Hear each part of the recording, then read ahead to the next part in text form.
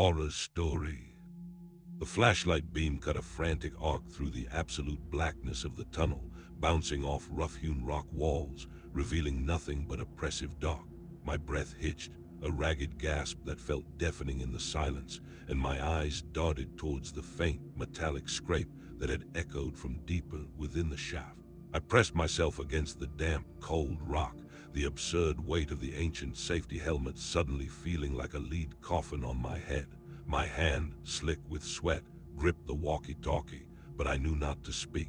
The rule was clear. Never call for help after midnight. Therefore, I waited, motionless, heart hammering against my ribs, listening to the impossible sound of something else moving in the deserted mine. Have you ever found yourself in a place so desolate, so devoid of human touch, that the very air feels thin, stretched taut with an unspoken dread? That's what it was like, working nights at the old Blackwood mine, nestled deep in the forgotten folds of the Badlands. Before the terror truly began, it was just a job, a way to escape a life that felt like it was closing in. But this is the kind of story that makes you check your locks twice before going to bed. If you want more stories like this, stories that will keep you up at night, hit that subscribe button right now. I post new horror accounts every week, and trust me, you don't want to miss what's coming next. Go ahead, I'll wait. Subscribed, good. Now drop your city and the time where you're watching in the comments below. Let's see who's brave enough to listen in the dark. Now turn off the lights if you dare.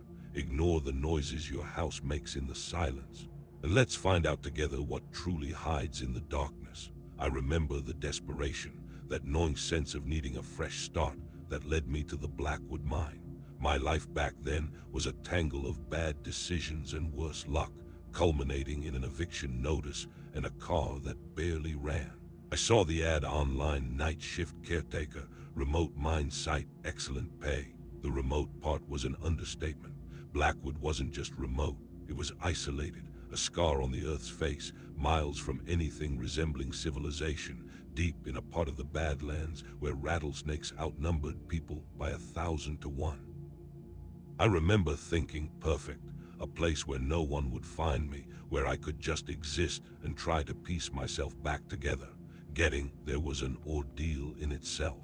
The last paved road dissolved into a gravel track, which in turn gave way to a barely discernible path winding through eroded bluffs and ancient, sun-baked earth. The landscape was breathtaking in its harshness, a canvas of ochre and rust under an impossible sky, but it was also utterly silent, a silence that pressed in on you, demanding your attention. It was the kind of silence that made you feel insignificant, a tiny, fragile thing on a vast, indifferent stage. That feeling of being swallowed by the landscape would become a familiar companion. When I finally arrived, the mine itself was a collection of dilapidated buildings clustered around the gaping maw of the main shaft. An old office, a small bunkhouse, a tool shed all weathered wood and corrugated steel, baked unevenly by decades of sun. My new boss, a man named Sealers, was waiting for me. He was gaunt, with eyes that seemed to have seen too much dust and too many desolate sunrises. He didn't offer a handshake, just a curt nod and a stack of papers. Most of it was standard HR fare, but tucked within the packet was a single photocopied sheet titled Site Guidelines Night Shift. I skimmed it, expecting safety protocols or equipment instruction. Instead, I found a list of what Sealers simply called the rules. They weren't numbered, just bullet points, terse and almost poetic in their strangeness. Always make your rounds counterclockwise. Never look directly into the primary shaft after the moon is full. If you hear sounds from the lower levels after midnight, do not investigate. Secure your position and wait for sunrise. Do not acknowledge any voices that call your name if you are alone. At exactly 3:33 a.m., you must be in the security office, regardless of your current task, and perhaps the most unsettling, never under any circumstances leave a light burning in the abandoned bunkhouse. I remember looking up at Sealers, a quizzical frown on my face. "What are these?" I asked, gesturing at the sheet. "Some kind of local superstition, prank for the new guy?" My internal goal was to understand the work environment, but these rules seemed entirely orthogonal to typical mine operations. What was at stake was my comfort and sense of professionalism, as I expected a practical, not mystical job. Sealers didn't crack a smile. They're the rules, son. You follow them. Don't ask questions. Just follow them. His tone was flat, devoid of humor or irony, which struck me as odd. Most people, faced with such a bizarre list, would at least offer a wry grin or a cautionary tale. Sealers simply seemed to accept them as immutable facts of the universe. This stark lack of explanation, this unquestioning acceptance, was my first real hint that something about this job was profoundly different. My duties were straightforward enough. Check perimeter fences, monitor gauges in the old processing plant, ensure the main shaft gate was locked, and generally be a visible presence to deter vandals or scavengers. The work itself wasn't hard, but the isolation was immediate and profound. My first few nights were spent in a daze of adjusting to the inverted schedule, the absolute darkness that descended once the sun dipped below the plateaus, and the vast, unblinking expanse of the desert sky. The mine was truly deserted. Blackwood had been closed for decades, deemed uneconomical after a series of minor cave-ins and diminishing returns. The equipment was rusty, skeletal remnants of a bygone era. There was no actual mining happening, no heavy machinery rumbling, no crews coming and going. Just me and sealers who worked the day shift and left at dusk. We barely overlapped, exchanging a few words during the shift change, a silent handover of the desolate kingdom. I tried to rationalize the rules. Maybe they were old traditions from the original miners, passed down through generations, steeped in the kind of folk wisdom born from long hours spent underground. Miners, after all, are a superstitious lot. Or perhaps Sealers, in his solitude, had simply developed his own eccentricities. This initial ambiguity, where I questioned whether the rules were genuine or just products of a strange mind, became a persistent undercurrent in my thought. It was a comfortable explanation, one I clung to tightly. One night during my initial rounds, I noticed how the wind sometimes whistled through the old ventilation shafts, creating long, drawn-out moans that echoed eerily. It was just the wind, I told myself, a natural phenomenon in a place full of hollow spaces, but the sound had a particular quality, almost like a low, mournful sigh that made the hair on my arms prickle. It was a seemingly normal observation, but one that would gain a sinister meaning later on. You could almost believe it was alive, the mine itself, breathing. The sheer scale of the mining operation, the hundreds of miles of tunnels carved into the earth, was a testament to human endeavor, but also a reminder of how easily one could get lost, both physically and mentally, in such a place. I remember thinking about the rule regarding the primary shaft after a full moon. It seemed the most arbitrary. What could change about a dark hole just because of the lunar cycle? Yet a part of me even then felt a small shiver. It was the lack of reason that unsettled me, the absence of a logical explanation. If it was about safety, why wasn't it phrased as such? Sealers hadn't elaborated, and I found myself instinctively avoiding the shaft on those nights, even before I truly understood why. My initial goal was just to get through my shift without incident, and therefore, following the rules, however strange, seemed the safest course of action. I didn't want to create any problems, or worse, misunderstand something critical about this new, isolated environment. The silence of the Badlands was a constant companion, but it wasn't an empty silence. It was a silence filled with the subtle creaks of shifting earth, the distant calls of nocturnal animals, owls, coyotes, and the ceaseless, dry whisper of the desert wind. It was a living silence, and in that living silence, my mind started to play tricks. I began to attribute sounds to sources that weren't there, or to hear things that simply couldn't be. A faint metallic clink from deeper in the mine, when I knew all the equipment down there was rusted solid. A soft thud from the abandoned bunkhouse I was strictly forbidden to illuminate. I would dismiss these things, telling myself it was just my imagination, the echoing acoustics of the tunnels, or the sheer exhaustion of working through the night. But each time a small seed of unease was planted, a tiny crack in the comfortable veneer of rationality I had built around my new, strange job. The mine, I realized, was not just a place of work. It was a canvas for an unfolding sense of creeping dread, a gradual erosion of what I thought I knew about the world. The initial weeks at Blackwood settled into a strange rhythm, a routine dictated less by clocks and more by the rising and setting of the sun and the moon. Each night as Silas's truck disappeared down the dusty track, I would feel the vastness of the desert descend upon me, a physical weight that pressed down from the star-dusted sky. My rounds became automatic, checking the perimeter, ensuring the main gate was secured, a quick glance at the dormant processing plant. The counterclockwise route specified in the rules felt arbitrary, but I adhered to it, if only because defiance seemed pointless. There was no one to impress, no one to rebel against, just the rules themselves, hanging in the arid air like unspoken commandments. My goal was always to complete my duties efficiently and without incident. Therefore, I saw no reason to deviate from the established and odd protocol. One night, the monotony was broken by a new, unsettling detail. As I passed the entrance to the old office, I noticed the door, which I had distinctly remembered locking, was slightly ajar. Just a sliver, enough to see a sliver of deeper darkness within. A faint chill ran down my spine, an instinctual reaction. Vandals, unlikely given the sheer isolation. Animals, even less likely.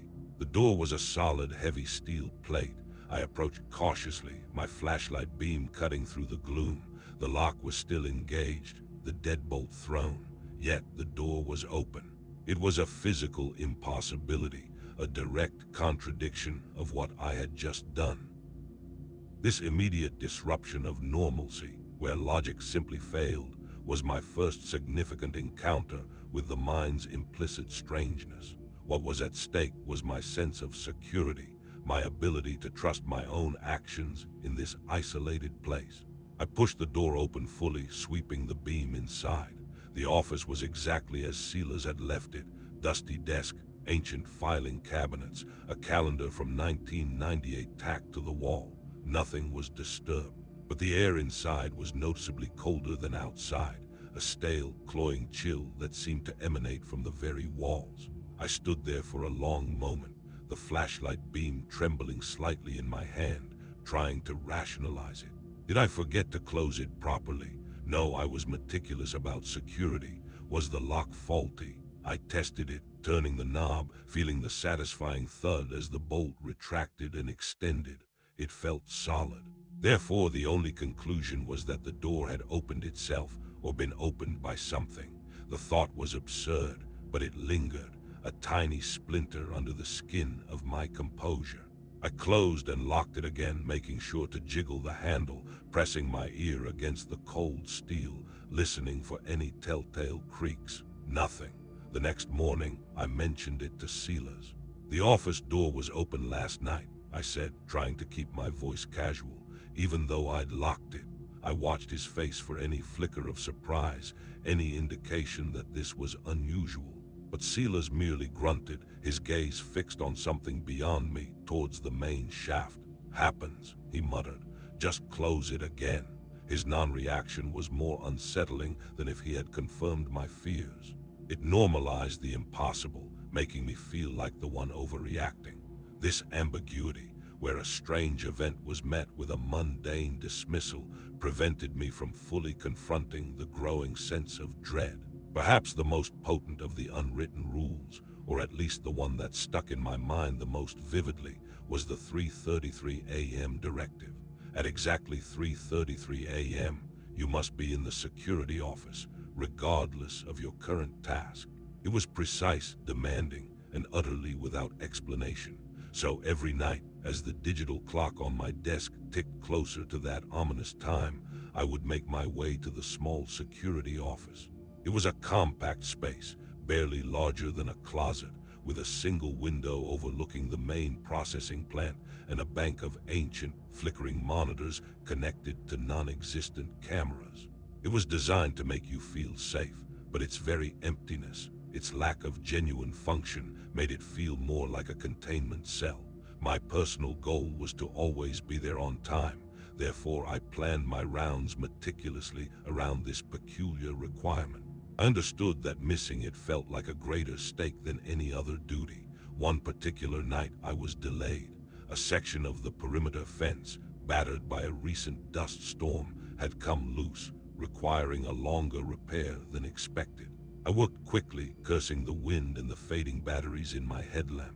Checking my watch, I saw it was 3:28 a.m. Panic prickled. I was still a good 5-minute walk from the security office on the far side of the processing plant. Regardless of your current task, the rule echoed in my head with sudden chilling clarity. I abandoned the fence repair, scrambling through the dark, the gravel crunching under my boots, the only sound in the vast silence. As I rounded the corner of the plant, I glanced at my watch again, 3:32 a.m. I pushed myself harder, a desperate sprint towards the small, isolated office. I burst through the door at precisely 3:33 a.m. and 12 seconds, breathless, heart pounding. The office was quiet, cold, exactly as I had left it. I slumped into the chair, catching my breath, feeling foolish for my frantic rush. What was I even afraid of? I wondered. A reprimand from Silas. He was miles away, asleep. It was illogical. But then, as I sat there, the faint hum of the fluorescent light above my head seemed to dim ever so slightly. A shiver colder than the night air traced its way down my spine. Then I heard it, a faint, rhythmic thump-drag sound. It was coming from outside the office, specifically from the direction of the main shaft, which was visible through the grimy window. I leaned forward, pressing my face against the cold glass, straining my eyes against the deep, encompassing black. The sound continued, growing infinitesimally louder, a slow, laborious movement. It was the sound of something heavy, something lopsided being pulled across the gravel. My breath caught in my throat. I knew with a sudden, dreadful certainty that there was nothing out there that could make such a sound. All the heavy equipment was stationary, rusted solid. All the vehicles were parked miles away or long gone. The reality that the mine was not as deserted as it seemed began to manifest itself right outside my office window.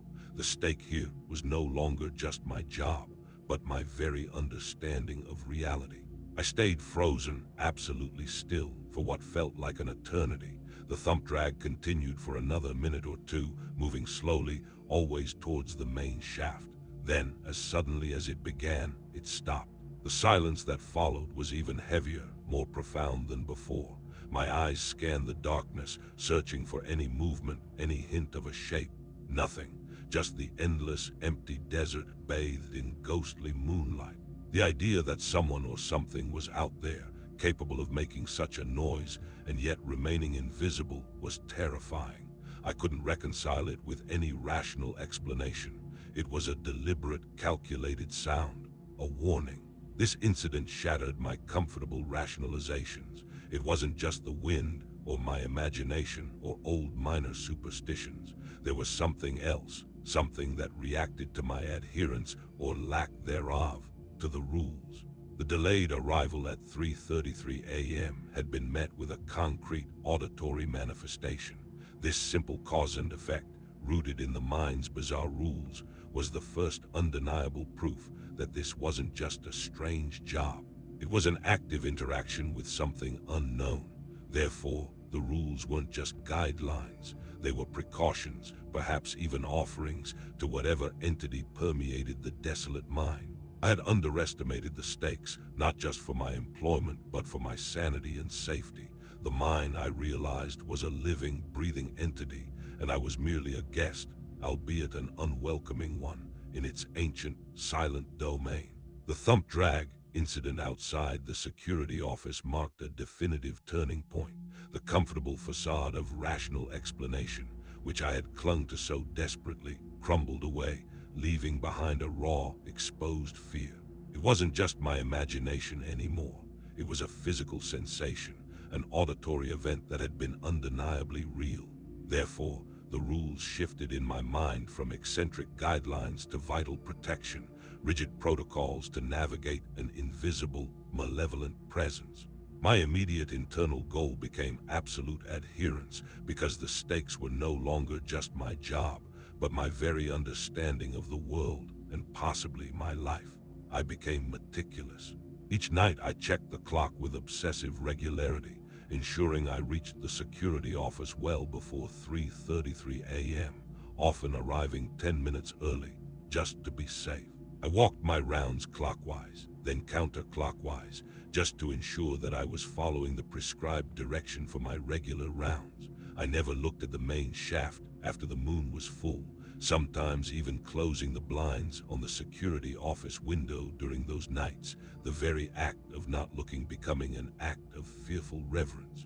The rules weren't just for sealers, they were for it. The mind seemed to acknowledge my newfound diligence. For a few nights, things were quiet. The wind still whistled through the vents, but it was just wind. The creaks and groans of the old structures were just the sounds of decaying wood and metal.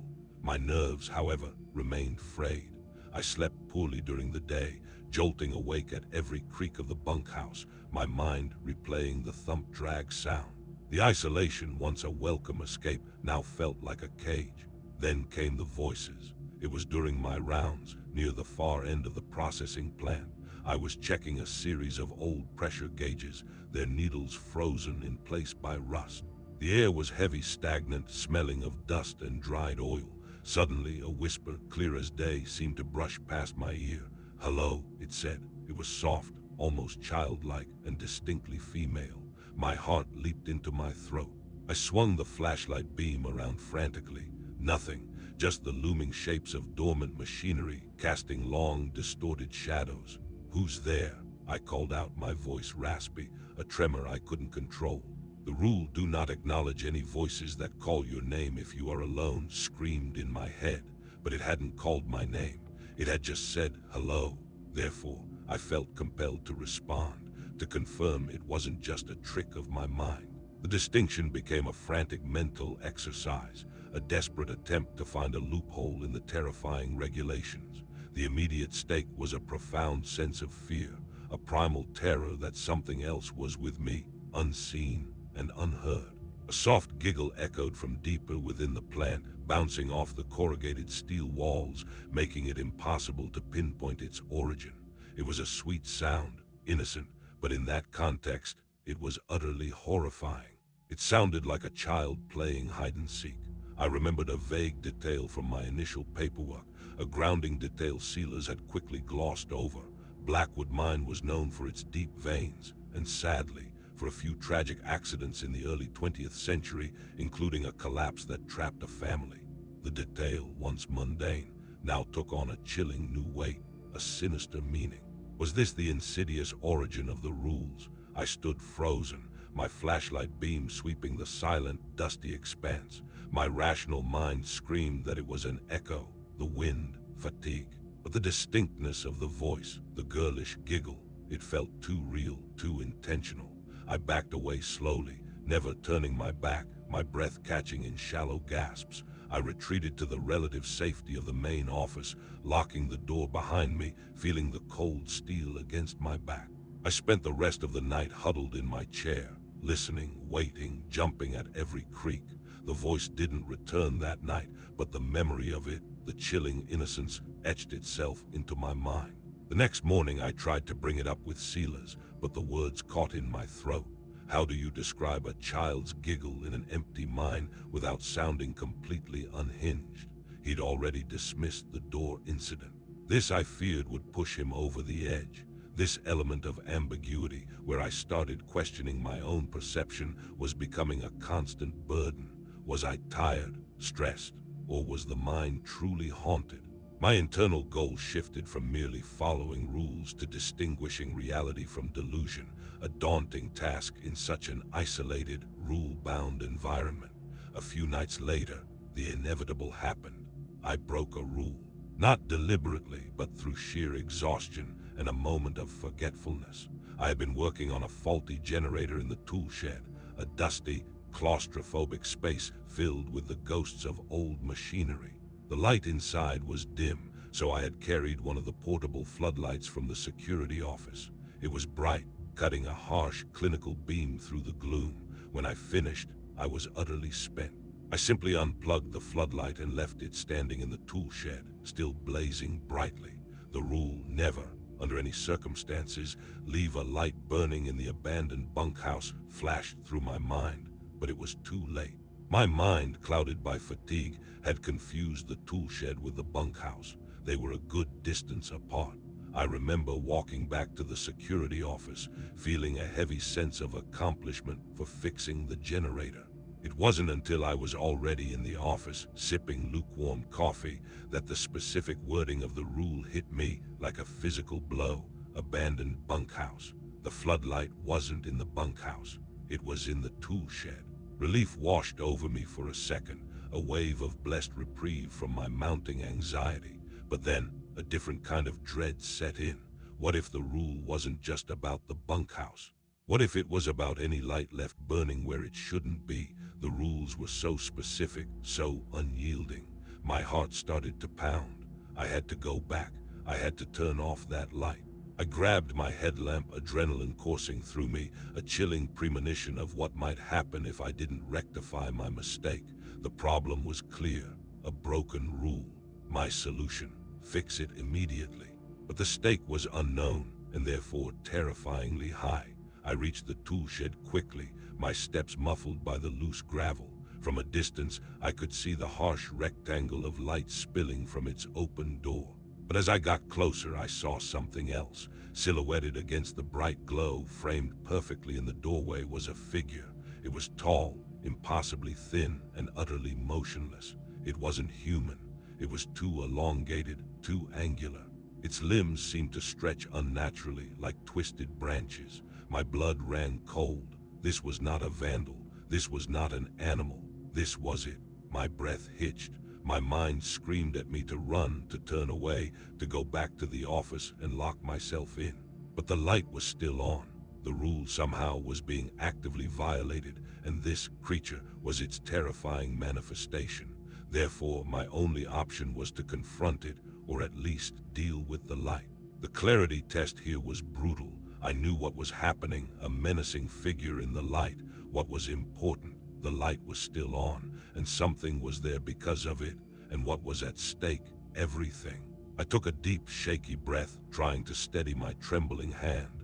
I raised my own flashlight, shining it directly at the figure in the doorway. The beam sliced through the darkness, illuminating nothing.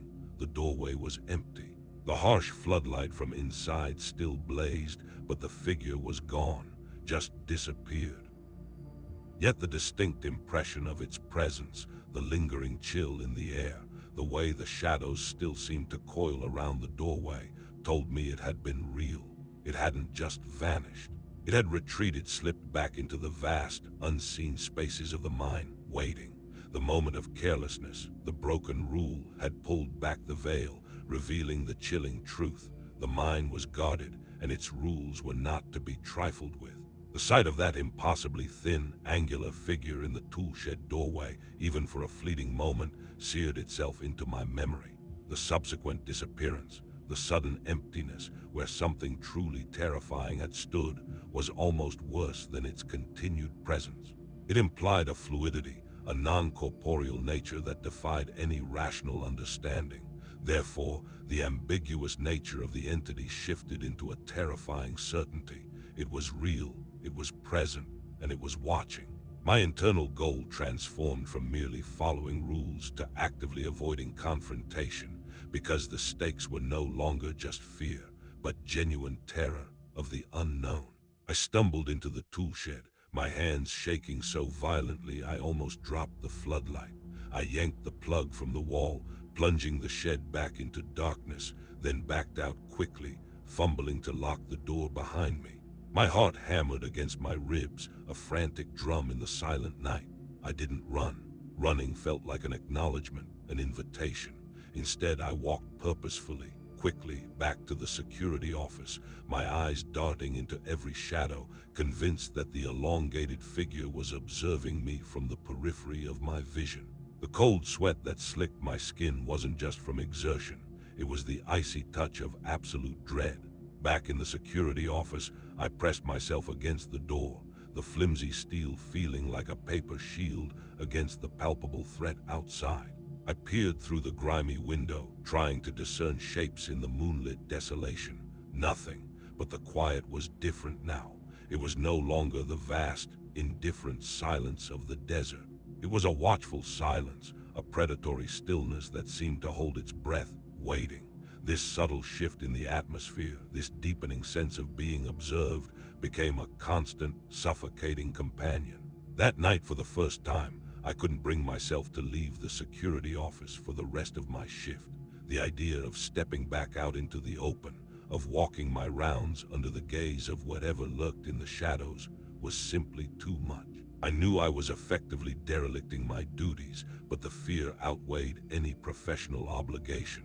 What was at stake now was my own survival, my own sanity. I understood that this was what the entity wanted, for me to be paralyzed, for me to succumb to its influence. As the pre-dawn light began to soften the edges of the horizon, painting the sky in pale pastels, the oppressive tension slowly began to recede. The sounds of the desert, the chirping of crickets, the distant howl of a coyote seemed to return to their normal, comforting rhythms. I felt a surge of desperate relief, a craving for the familiar sight of Silas's truck. The grounding detail of the desert's natural transition from night to day, usually a calming presence, merely served as a demarcation of my prison sentence. When Silas arrived, he found me slumped at the desk, eyes bloodshot, a half-empty mug of cold coffee beside me.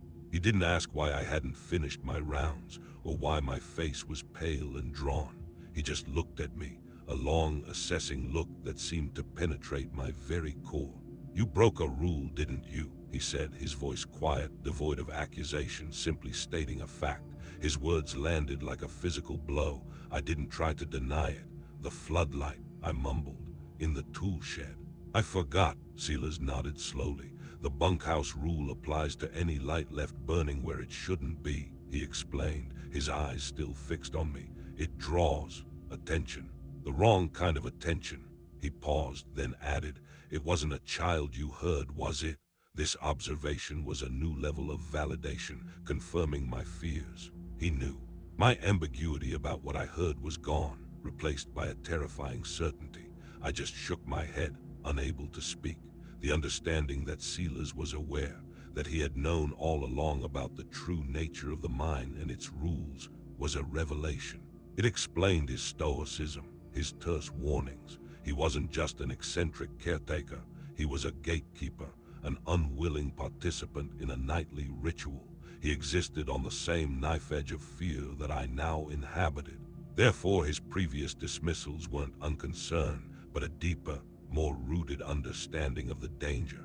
"They don't like to be seen," Silas continued, his voice a low monotone, almost as if he were reciting a well-worn passage. "And they don't like their rules broken. When you break a rule, you invite them closer. You make yourself known." He paused again, his gaze drifting towards the main shaft, a place I now actively dreaded. "The mine," he said, "it's not just a hole in the ground. It's part of something older. They were here long before humanity dug for gold, and they don't forget." His words, delivered without drama, with a weary resignation, were more terrifying than any scream. They confirmed my worst suspicions. The mine wasn't just a place of work. It was a territory, governed by ancient, unfathomable entities, and I, the Nightshift caretaker, was merely a sacrifice, a pawn in their silent game. The lingering trauma, the psychological scars, started to form right then, a cold dread that would never truly leave me. This wasn't merely a job, it was an ordeal. I tried to quit that morning. "I can't do this, Silas," I pleaded, my voice thin and desperate. "I can't stay here. I'll just leave. I'll take my chances." But Silas merely shook his head. "You signed a contract, son. A year. You don't just leave the Blackwood mine." His words were calm, but they carried an undeniable undercurrent of threat, or perhaps a grim warning of something worse. He didn't need to elaborate. The implication was chillingly clear. The mine and they wouldn't let me go. I was trapped. That night the fear was a constant, suffocating blanket. Every shadow seemed to coalesce, every creak promised a new manifestation. I forced myself to complete my rounds, following every rule with a desperate precision, my headlamp beam dancing nervously through the oppressive darkness. My movements were stiff, robotic, fueled by terror. I wanted the night to end, to melt into the safety of dawn, but it felt endless, stretching out into an eternity of dread. As I made my way towards the perimeter fence, far from the security office, the air grew incredibly still. The usual desert sounds, the wind, the distant calls, all faded, replaced by an absolute vacuum of noise. It felt as if the entire world had stopped breathing just for me. Then, from directly behind me, almost a foot from my ear, I heard it, a low, guttural growl, deep and resonant, vibrating through my very bones. It wasn't human, it wasn't animal, it was something ancient, something that expressed primal hunger. I froze, every muscle clenched, unable to move. It wasn't a giggle or a thump drag. This was a direct, palpable threat. The thing was closer than I could have ever imagined, right behind me, and its intent was terrifyingly clear. And I remembered the final terrifying rule. Do not acknowledge any voices that call your name if you are alone. But this hadn't been a voice. It had been a growl. Therefore, I was in uncharted and terrifying territory, where my previous understanding of the rules was utterly inadequate. The stake was no longer just fear, but the very real possibility of a physical encounter with the unquantifiable. The guttural growl, so close it felt like a vibration in my skull, locked me in place. Every instinct screamed at me to run, to turn and confront whatever unspeakable thing was behind me, but a deeper, more primal terror held me rigid. My mind raced, trying to parse the rules, but none seemed to apply directly to such an immediate physical threat. It wasn't a voice calling my name. It was a pure, unadulterated expression of menace. Therefore, the terror was compounded by the fact that I had no protocol to follow, no prescribed escape. What was at stake was not just my sanity, but my very life, as I instinctively knew this was an escalation beyond anything I had experienced before. Slowly, painstakingly, I began to walk away, one foot in front of the other, each step feeling like an act of immense courage. I didn't turn around. I couldn't. The growl continued, a low, throaty rumble directly behind me, matching my pace. It was a terrifying synchronization, a deliberate torment. The sound was so close, I could almost feel its breath on the back of my neck, cold and stale like the air from deep within the mine shafts. My entire body was trembling, muscles screaming with the effort of holding still, of not succumbing to outright panic. The desert, usually a vast expanse, now felt claustrophobic, compressing around me, providing no escape. I focused on a single, distant rock formation, willing myself towards it, counting each agonizing step. The growl was relentless, a constant, chilling reminder of the presence right behind me. It felt like it was playing with me, stalking its prey, enjoying my terror. The sheer malevolence of the sound was overwhelming. It wasn't just noise. It was an emanation of pure, ancient evil. This element of ambiguity, the inability to see or fully comprehend what was pursuing me, made the fear even more potent. It forced me to grapple with the unknown, to confront a reality that defied all logic and reason. After what felt like an eternity, but was probably only a few minutes, the growl began to recede, slowly fading back into the oppressive silence from which it had emerged. I didn't stop walking until I reached the main office, where I collapsed against the door, gasping for air, slick with sweat and shaking uncontrollably. I spent the remainder of that night in a state of hypervigilance, huddled in the security office, my nerves stretched taut, convinced that any moment it would reappear. The feeling of being watched, of being hunted, had become a permanent fixture in my consciousness. The next morning, sealers arrived to find me a wreck. My face was pale, my eyes wide and bloodshot, my hands still trembling. I tried to recount the experience, but the words caught in my throat, sounding absurd and unbelievable even to my own ears. How do you explain a growl that followed you, an unseen presence that emanated pure malevolence. Silas, however, didn't need an explanation.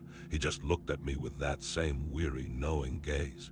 "It knows you broke a rule," he stated, his voice flat. "It sees you now. It'll test you." His words were a bleak confirmation, a death sentence delivered with a sigh. The problem was clear. It was actively engaging with me. My goal became survival until my contract term ended, but the stakes were climbing higher every night. "What do I do?" I whispered, my voice cracked and desperate. "How do I make it stop?" "You follow the rules," Silas replied, his eyes fixed on the distant main shaft. "Every single one. Don't deviate, don't question, and pray it's enough." He then added a new, chilling piece of advice, a foreshadowing detail that haunted me. "And whatever you do, don't let it inside the main office. That's your last safe ground." The next few nights were an unrelenting nightmare. The mine had become a living, breathing entity of surveillance and malice. The noises from the lower levels, which I was forbidden to investigate, became more distinct, more insistent. I heard the faint clinking of metal against rock, the soft scuffing of movement, sounds that had no business existing in an abandoned mine. At 3:33 a.m., when I was in the security office, I would often hear the thump-drag sound not just outside, but sometimes from inside the processing plant, directly across from my window, as if something was slowly circling me, testing the boundaries. One particularly terrifying night, as I was conducting my counterclockwise rounds near the main shaft, a faint whisper called my name. "Michael," it breathed, a sibilant echoing sound that seemed to come from everywhere and nowhere. It was undeniably my name, spoken with an unnerving intimacy. My heart stopped. "Do not acknowledge any voices that call your name if you are alone." The rule, absolute and terrifying, was being directly challenged. My instinct was to respond, to confirm if anyone was there, to break the awful silence. But Silas's warning, about making myself known, about inviting it closer, reverberated in my mind. I clamped my jaws shut, pressing my hands over my ears, forcing myself to continue walking, every fiber of my being screaming in protest. The voice called again, slightly louder this time, tinged with a subtle, mocking impatience. "Michael, come closer." The psychological impact was immense. The entity wasn't just a growling presence. It was intelligent, manipulative, trying to lure me, to break my resolve, to force my interaction. That was the confrontational climax being built, a direct assault on my will, my adherence to the rules. The stakes were no longer just my physical safety, but my mental fortitude. Could I resist the psychological torment? I reached the main office, threw open the door and slammed it shut, locking it with trembling hands. I stood there, leaning against the cold steel, gasping for breath, the phantom whisper of my name still echoing in my ears. I made it. I didn't break. For the rest of the night, I stayed barricaded in the office, the events of the previous nights culminating in an unbearable sense of siege. The distant sounds, the faint movements, all seemed to converge on the office, gathering strength, waiting. Just before dawn, a new horrifying sound began. It was a soft, rhythmic scratching, coming from the outside of the office door. Scratch, scratch, scratch. It was persistent, deliberate, like a fingernail dragging slowly down the metal. My eyes darted to the door, then to the window. The window was dark, reflecting only my own terrified face. I knew what Silas had said. Don't let it inside the main office. This was it, the ultimate test. The figure was at my door trying to get in. The scratching continued, steady, unwavering. I imagined that impossibly thin, angular claw dragging across the steel, leaving faint, barely visible marks. The sound intensified, becoming less a scratch and more a slow, deliberate gouging. I could almost feel the vibrations through the floorboards. It knew I was in there. It wanted in. My mind screamed in protest, a cacophony of fear and desperation. I was trapped, with only a thin metal door between me and the unspeakable. The tension was unbearable, the psychological assault absolute. My internal narrative was a loop of what do I do? What do I do? The stakes were clear. The sanctity of my last safe space, and potentially my very life. The rhythmic scratching against the office door became less a sound and more an assault on my sanity. Each deliberate gouging noise was absorbed into my marrow, resonating through the floor, vibrating through the chair I was slumped in. It wasn't frantic or aggressive, but chillingly methodical, as if whatever was out there knew it had all the time in the world, and I, conversely, had none. It wanted me to break, to open the door, to invite it in. Therefore, my resolve hardened, fortified by Silas's desperate warning, "Don't let it inside the main office." This was the final stand, the ultimate confrontation, with the integrity of my last sanctuary at stake. I pressed my hands against my ears, trying to block out the relentless sound, but it was useless. It seeped into my mind, a phantom sensation, a slow, agonizing erosion of my composure. My eyes were fixed on the door, willing it to hold, praying for the first sliver of dawn. The darkness outside the window remained absolute, a heavy, suffocating blanket that seemed to feed the entity's power. I could almost feel its patience, its ancient, unblinking gaze fixed on my pathetic bastion of light. The scratching continued, unrelenting for what felt like hours. My throat was raw, my eyes burned, and my muscles ached from the sheer tension of remaining motionless. I imagined the figure, impossibly tall and thin, hunched outside the door, its sharp, metallic claws slowly abrading the steel, perhaps even trying to find a purchase, to leverage its way inside. This terrifying mental image, an element of ambiguity about its exact form but absolute certainty of its intent, was almost as bad as the physical sounds. The clarity test was brutal. The action was the scratching, its importance was its direct threat to my last safe space, and the stake was my survival. Then, just as the first faint hint of gray tinged the eastern sky, the scratching stopped, abruptly. The silence that followed was not a relief. It was an even heavier, more profound stillness, pregnant with unspoken menace. It felt like a pause, not an end. I sat there, rigid, listening, straining my ears for any residual sound, any sign of movement. Nothing, just the slow, deliberate return of the desert's natural sounds, a distant bird call, the whisper of the growing wind. When Silas's truck finally appeared on the horizon, a tiny speck against the vast, pale sky, I felt a surge of relief so intense it bordered on pain. I practically tore the door open, stumbling out into the nascent morning light, gasping for air that felt clean and safe for the first time in hours. Silas, seeing my ravaged state, simply nodded slowly. He didn't ask questions. He didn't need to. He knew exactly what had transpired. My contract, by some miracle, was almost up. 2 more nights. 2 more nights of this unbearable torture, and I would be free. The thought was a lifeline, a flickering candle in the overwhelming darkness. I clung to it with desperate tenacity. I resolved to follow every rule, every unwritten law, with an unshakable fanaticism. I would survive this. I had to. The next 2 nights blurred into a haze of sleep deprivation and paralyzing fear. I performed my duties like a zombie, my mind a constant loop of vigilance and terror. The voices tried again, whispering my name, mocking me with soft giggles from the shadows. The thump drag echoed from the lower levels, sometimes from right outside the office window. I never responded. I never looked. I simply endured, eyes fixed on the clock, counting down the minutes to dawn. This intense adherence, a desperate solution to an unbearable problem, was the only thing keeping me going. On my final night, a strange calm settled over me. It wasn't peace, but a kind of numb resignation. I knew I had done everything I could. I had survived. As the last shift drew to a close and Silas pulled up to the office, I walked out, my bag slung over my shoulder, the faint light of dawn illuminating the ravaged landscape. I didn't look back at the mine, at the gaping maw of the main shaft, or the silent, watchful buildings. I just walked towards Silas's truck, my legs feeling heavy, my mind light with exhaustion and a strange, hollow victory. Silas handed me a final envelope. "Your last paycheck," he said, "and a bonus for sticking it out." His gaze was steady, tinged with something I couldn't quite decipher: pity, respect, fear. "Thank you," I mumbled, my voice hoarse.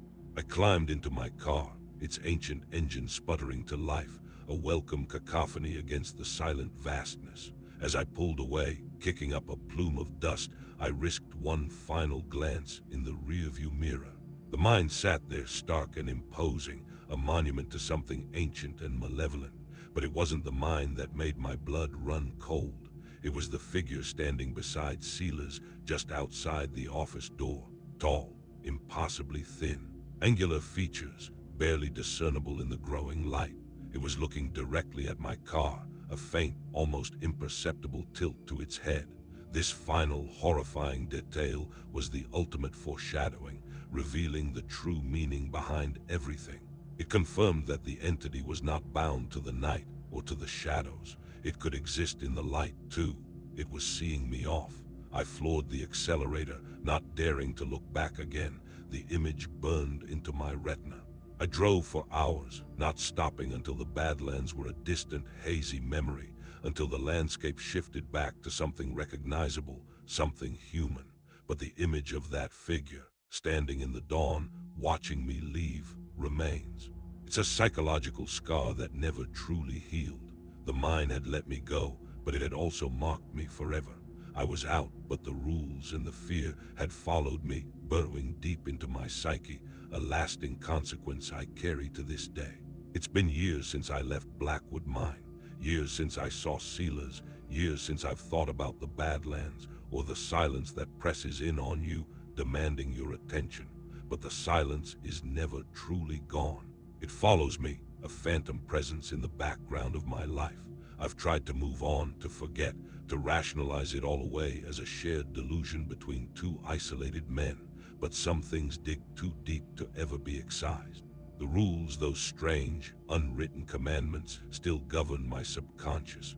I find myself checking for lights left on, even in my own home, a nervous twitch that pulls me back to that terrifying night. I still avoid looking out of windows after a full moon, an irrational fear that the primary shaft's unsettling influence somehow extends to the moon's light itself. And the hour of 3:33 a.m. It remains a time of quiet dread, a moment when I instinctively pause, listen, and simply wait, convinced that something, somewhere, is still expecting me to be in a particular place. The lingering trauma is a heavy blanket, a constant reminder of the fragile veil between my reality and whatever ancient, malevolent force resided in that deserted mine. I still hear the whispers sometimes, faint and fleeting, usually when I'm alone, just on the periphery of my hearing. "Michael," they murmur, a soft, insinuating sound that makes the hair on my arms stand on end. I never acknowledge them. Never. It's a rule I learned at a terrible cost, a survival mechanism etched into my very soul. The thump-drag sound.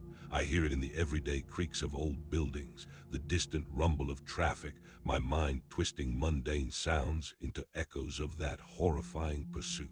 If this story disturbed you, you need to subscribe. I have dozens more accounts like this, some even worse. New horror stories every week. Hit that subscribe button and turn on the bell. You've been warned. The mine and its ancient residents taught me that some places aren't just abandoned, they're waiting. They taught me that security is an illusion, and that some rules are obeyed not out of duty, but out of a primal terror of what happens when you don't. I escaped, yes, but I never truly left Blackwood Mine. A part of me, a deep, fear-scarred part, is still there, huddled in that security office, listening to the incessant scratching at the door, forever waiting for the dawn. And I often wonder, when the moon is full and the night is deepest, if it's still waiting